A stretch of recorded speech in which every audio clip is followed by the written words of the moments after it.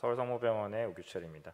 제가 오늘 말씀드릴 내용은 이제 에크모 삽입에 관련된 내용이고, 사실 이제 뭐 최근 들어서 이제 에크모를 굉장히 많이 이제 하게 되는 것 같습니다. 제가 전공의를 한 지 한 10년 전쯤에는 제가 4년 동안 에크모 환자를 한 명도 안 보고 끝냈다라는 걸 약간 자랑스럽게 얘기했는데, 지금 생각해 보면 자랑이 아니라 약간 기회를 박탈당했던 것 같고요. 그래서 이제 언제 어떻게 왜 이제 에크모를 해야 되고 어떻게 에크모를 이제 어떻게 넣어야 되는지, 에크모를 이제 넣어본 사람은, 그리고 에크모의 그런 원리를 알면은 쉽게, 굉장히 쉽게, 뭐 인터벤셔니스트라면 특히나 넣을 수 있지만, 그걸 모른다면 이제 어떻게 시작해야 될지 모르기 때문에 그거에 대해서 잠깐 말씀드리고, 사실 에크모 관리에 대해서는 시간 관계상 조금 자제를 하고, 그다음에 이제 디캐뉼레이션, 에크모를 빼는 것까지 말씀을 드리겠습니다. 요즘엔 일반인들도 다 에크모를 합니다. 코로나 때문에, 메르스 때문에. 근데 이제 뭐 에크모라는 게 뭐 약자로는 extracorporeal membrane oxygenation 하는 그 기계가 하는 역할을 그대로 그냥 이름에 다 적어놨고요. 체외에서 멤브레인을 통해서 산소화 시키는 거고, ELS, PCPS라고도 얘기하고, 사실 EBS라는 얘기도 많이 하는데 EBS는 테르모 기계 이름입니다. 우리 가장 많이 보이는 요 테르모 기계가 이제 이머전트 바이패스 시스템, 쉽게 빨리 할 수 있다고 해서 EBS고, 대부분 요 정도 기계들이 이제 실제 임상에서 많이 사용되고 있는 기계입니다. 요거가 요즘에는 최신 기계로 이렇게 바뀌고 있다고 합니다. 전 세계적으로도 에크모는 굉장히 많이 늘어났습니다. 10년 전에 여기니까 여기인데 이제 10년 만에 거의 4배가 됐습니다. 500명에서 2,000 케이스가 됐고, 그럼 VV나 VA나 마찬가지고, 그러나 모탈리티는 특히 VA 같은 경우에는 여전히 낮은 것을 확인할 수 있어서, 이게 진짜 뭐 퓨타일한 에포트를 하고 있는 건지 아니면 그만큼 환자들이 나빠졌는지는 조금 생각을 해봐야 되겠습니다. 컨벤셔널한 카디오풀모너리 바이패스, 심장 수술할 때 하는 바이패스를 이제 그대로 이제 약간 간단하게 만들어서 하는 게 에크모 기계가 되겠고요. 이제 체외에서 몸 밖에 피를 뽑아내 가지고 멤브레인 옥시지네이터에서 멤브레인을 기준으로 CO2 빼내고 O2 집어넣어주고 다시 몸 안에 넣어줘서 심장과 폐의 역할을 대신 하는 겁니다.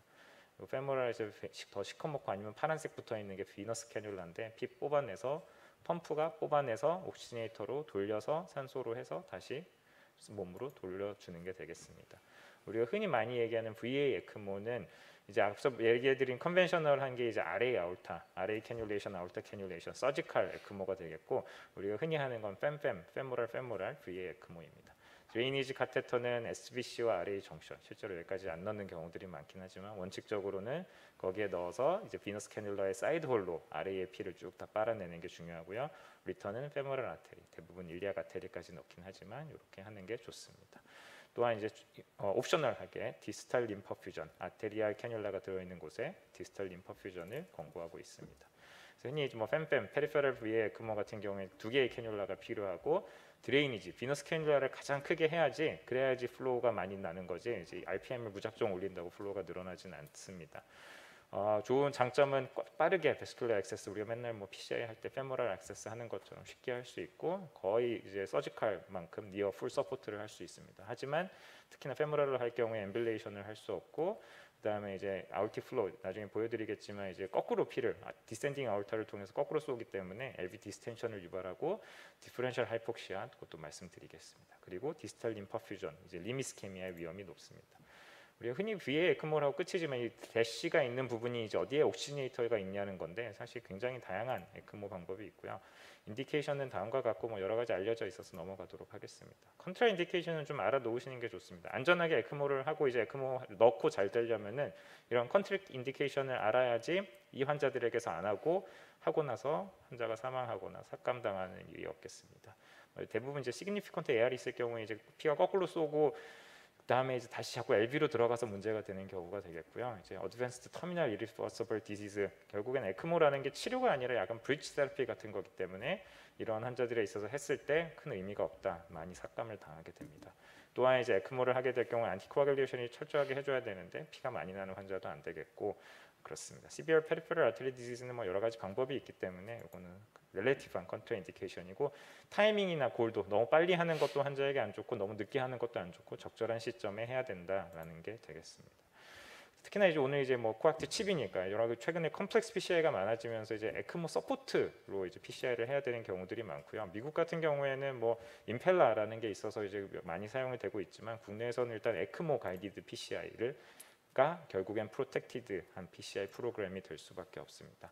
그래서 뭐 PCI 도중에 메이저 컴플리케이션이 있거나 아니면 이제 하이 리스크 PCI를 해야 되는데 템포러리 서포트가 필요할 때 하게 되고, 지금부터는 이제 어떻게 넣으면 되는지 말씀을 드리겠습니다.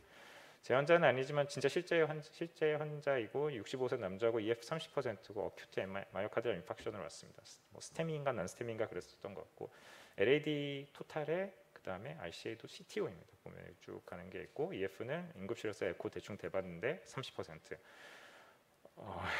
그냥 한숨이 나오는 상황이고, 결국에는 이제 뭐 이 환자도 이제 에크모를 먼저 넣고 그다음에 석세스풀하게 다 PCI를 했던 환자고요. 그래서 캐뉼레이션을 할 건데, 이제 캐뉼레이션을 이제 결국엔 펑처를 한다는 건데, 퍼큐테니어스로 할 거냐 서지컬 컷다운을 할 거냐. 퍼큐테니어스 메서드를 훨씬 더, 흉부외과에서 넣더라도 대부분 퍼큐테니어스 테크닉으로 합니다. 저렇게 방금 같이 일렉티브 같이 하는 경우에는 이제 얼트라사운드 비주얼라이제이션을 초음파 다 보고 그다음에 플로스코피 다 보고 하는 경우들이 가장 좋고요. 이런 것들을 안 보고 하게 될 경우에 컴플리케이션이 생기기 때문에 가능하면은 이미지 가이디드를 하는 게 좋습니다. 펑처는 뭐 셀딩거 테크닉.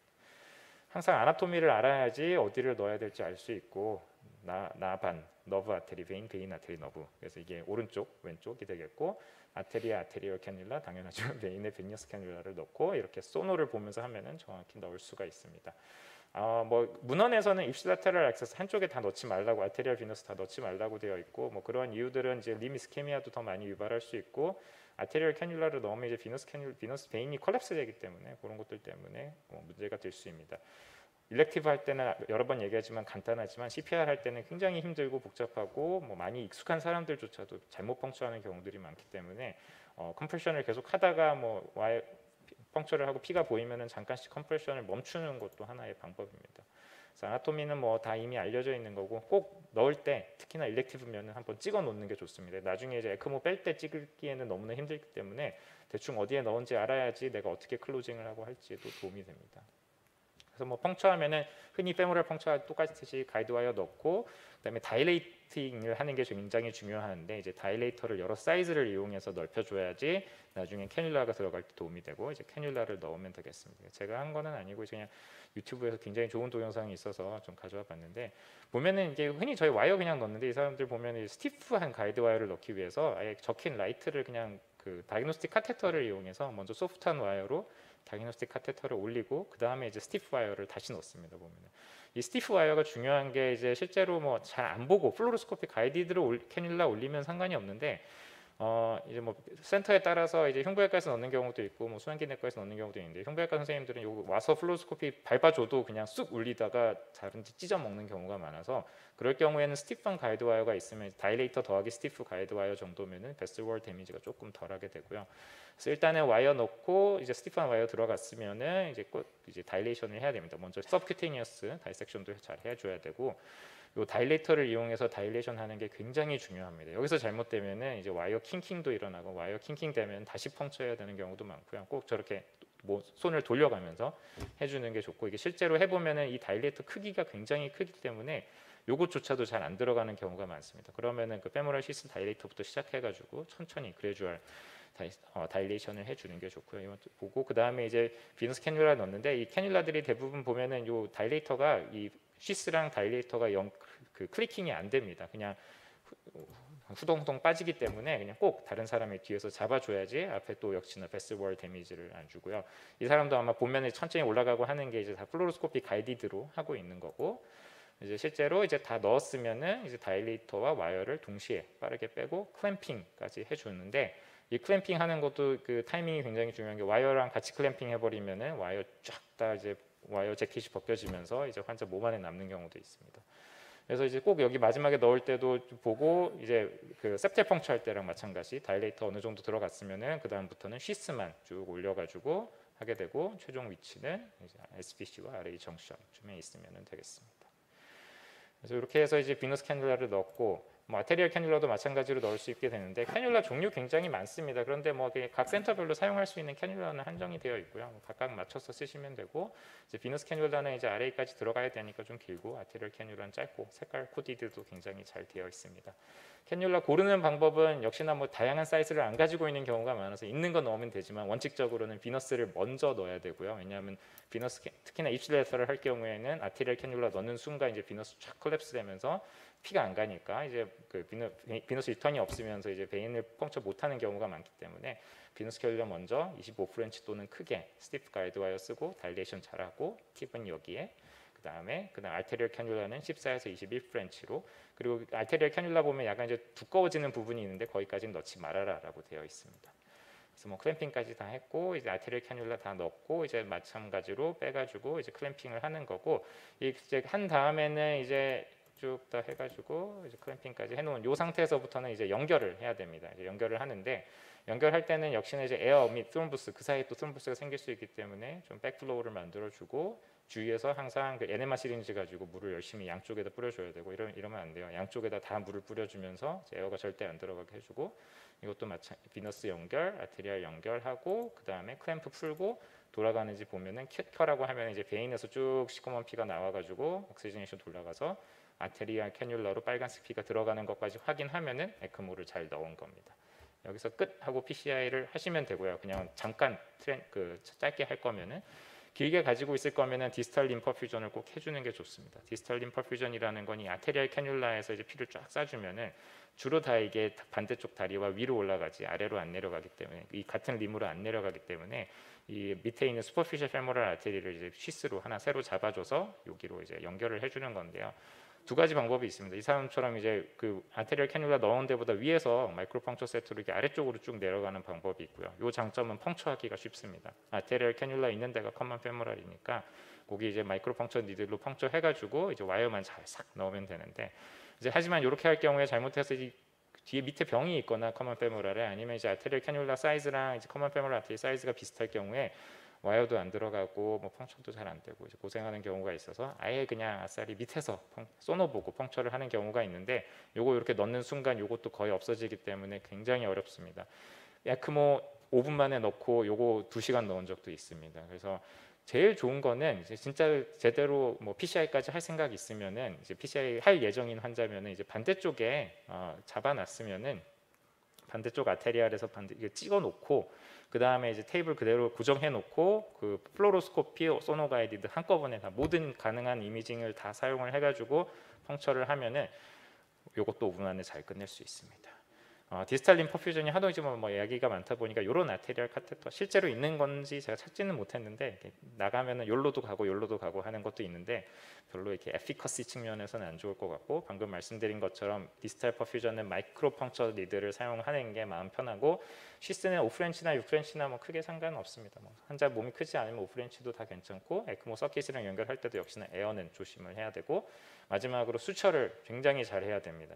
뭐 그냥 도시 전설같이 떠도는 소문인데 이제 알고 보니 여기 뭐 수처가 제대로 안 돼 있어가지고 드레싱 할 때 이제 쭉 텔가덤 떴다가 뭐 에크모가 다 빠졌다. 그럼 1분에 4리터의 피가 나오는 상황이기 때문에 일단 에크모부터 끄고 눌러야 되는데 대부분 익스파이어 하는 경우가 많습니다. 그리고 다 했으면 이제 ICU로 다시 보내야죠. 한 사람 정도면 충분하죠, 에크모 옮기는데. 그래서 뭐 매니징 하는 거냐 뭐 다른 때 얘기하고 이제 디퍼런셜 하이폭시아 이게 잘 매니지를 잘 해야 된다는 게 잘못하면은 머리로 이제 디옥시지네이트 블러드가 갈 수 있기 때문에 이럴 경우에는 이제 환자에게 에크모를 하는 게 오히려 함이 될 수 있고 언제 뺄 거냐 뭐 여러 가지 이제 뭐 인디케이터들이 있습니다. 그래서 뭐 충분히 낮춰서 환자가 헤모다이나믹이 스테이블하거나 아니면 뭐 다른 트리트먼트를 할 때 되면 이제 빼는 거고 디캐뉼레이션 역시 과거에는 다 그냥 흉부외과에서 빼라고 보내드렸는데 요즘에는 퍼큐테니어스로 굉장히 성적이 좋습니다. 퍼큐테니어스 하는 거는 뭐 퍼클로즈 아까 앞서 보여드린 이제 퍼클로스 여러 개 아니면 퍼클로즈랑 페모실 조합 뭐 국내에는 없지만 라지보어 클로징 디바이스 뭐 그냥 누르는 거 뭐 여러 가지가 있습니다.